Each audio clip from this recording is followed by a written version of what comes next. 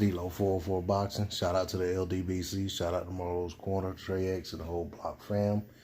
So I was on a boxing scene last night, and I saw an article, saying that Larry Holmes had turned 70 years old. Happy birthday to the Eastern Assassin.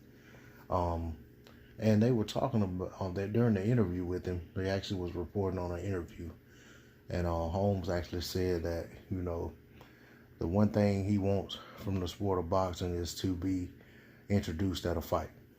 If he's sitting ringside, he'd like for the announcer to actually acknowledge him ringside, let people know who he is, what he's done, so forth and so on, and just let him feel the roar of the crowd, and get his appreciation and adulation from the sport, from the fans, So according to Larry Holmes, he was at an event, I think it was earlier this year, either last year, and he said that he actually asked the guy where was they going to introduce him, and the guy, the announcer told him, basically ignored him, and they didn't introduce him when they were, calling out the names of other fighters that were ringside and different celebrities and so forth and so on.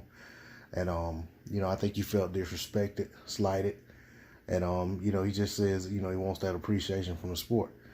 When you talk about a guy that was heavyweight champion, had a reign, I think it was like from 80, what was it, from 70, no, from 83 to 87 or 82 to 85, whatever it was. Forgive me for not having the numbers in front of me. But anyway, either way, he had 20 title defenses. I think it was over a span of 5 or 6 years. He had 20 title defenses. He beat guys like Muhammad Ali at the end of his career. He had 2 very razor-thin decision losses to Michael Spinks, which is where he lost the title.